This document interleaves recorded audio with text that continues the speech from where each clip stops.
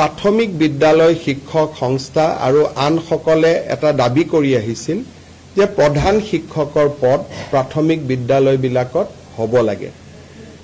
ইতিমধ্যে আমি এইটো সিদ্ধান্ত লৈছিলো যে য'ত 150 ছাত্ৰ ছাত্ৰী আছে তাতে প্ৰধান শিক্ষক পদ আমি সৃষ্টি কৰিম। তাৰ পিছত আমি সিদ্ধান্ত ললো যে 100 যদি ছাত্ৰ ছাত্ৰী আছে তাতো আমি এটা প্ৰধান শিক্ষকৰ পদ সৃষ্টি কৰিম। এই প্ৰক্ৰিয়া ইতিমধ্যে আৰম্ভ হৈছে, কিন্তু আজি আমি কেবিনেটত এটা খুব ইম্পৰ্টেন্ট সিদ্ধান্ত লৈছো যে যদি কোনোবা স্কুলত 50 জন ছাত্ৰ ছাত্ৰী আছে, 50 টোটাল যদি ষ্টুডেন্ট আছে এলপি স্কুলত, এইটো ইউপি আৰু হাই স্কুলক লৈ এইটো সমস্যা নাই, এইটো অকল এলপি স্কুলক লৈ সমস্যা আছিলে। যদি 50 জন ষ্টুডেন্ট আছে তেতিয়াহ'লে তাত আমি এটা প্ৰধান শিক্ষকৰ পদ সৃষ্টি কৰিম।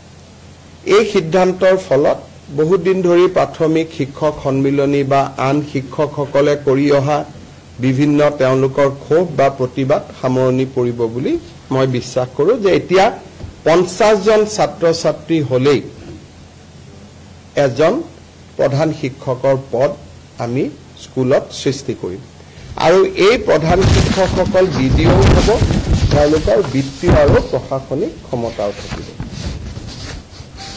এতিয়া মই আপোনালোকৰ এটা বিশেষ ইতিহাসৰ পৃষ্ঠালৈ আপোনালোকৰ ধ্যান আকৰ্ষণ কৰিব খুজিম। অসমৰ প্ৰথমগৰাকী অকংগ্ৰেছী মুখ্যমন্ত্ৰী শ্ৰী গোলাপ বৰবৰাৰ জন্ম শতবাৰ্ষিকী 29 আগষ্ট 2025 পৰা আৰম্ভ হ'ব। অসমৰ ৰাজনীতিত আৰু আমাৰ জাতীয় জীৱনত প্ৰয়াত গোলাপ বৰবৰাৰ এক সাগৰ সমান বৰঙণি আছে। আমি সকলোৱে জানো যে 1968 চনৰ পৰা 1974 চনলৈ তেখেত ৰাজ্যসভাৰ সাংসদ আছিল। জৰুৰী অৱস্থাৰ সময়ত কংগ্ৰেছে তেখেতক কাৰাগাৰত নিক্ষেপ কৰিছিল। 1978 চনৰ 12 মাৰ্চ তাৰিখে অসমৰ 6জন মুখ্যমন্ত্ৰী হিচাপে তেওঁ দায়িত্ব গ্ৰহণ কৰিছিল। তেখেতৰ নেতৃত্বত 10 বিঘা মাটি পৰ্যন্ত খেতিয়কৰ খেতিৰ খাজানা মাফ হৈছিল। 10ম শ্ৰেণী পৰ্যন্ত সকলো বিদ্যালয়ৰ মাচুল মাফ কৰি দিয়া হৈছিল।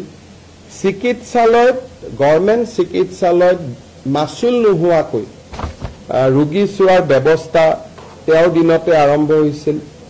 দয়াং বনাঞ্চলত থলুৱা লোকৰ মাটি সংৰক্ষণৰ বাবে তেখেতে কাম কৰিছিল আৰু এই ধৰণে তেখেতে বহুবিলাক আনকি অসমত ক্ষুদ্ৰ চাহ বাগিচা নিৰ্মাণৰ কামতো তেখেতে এক বিশাল বৰঙণি আগবঢ়াইছিল।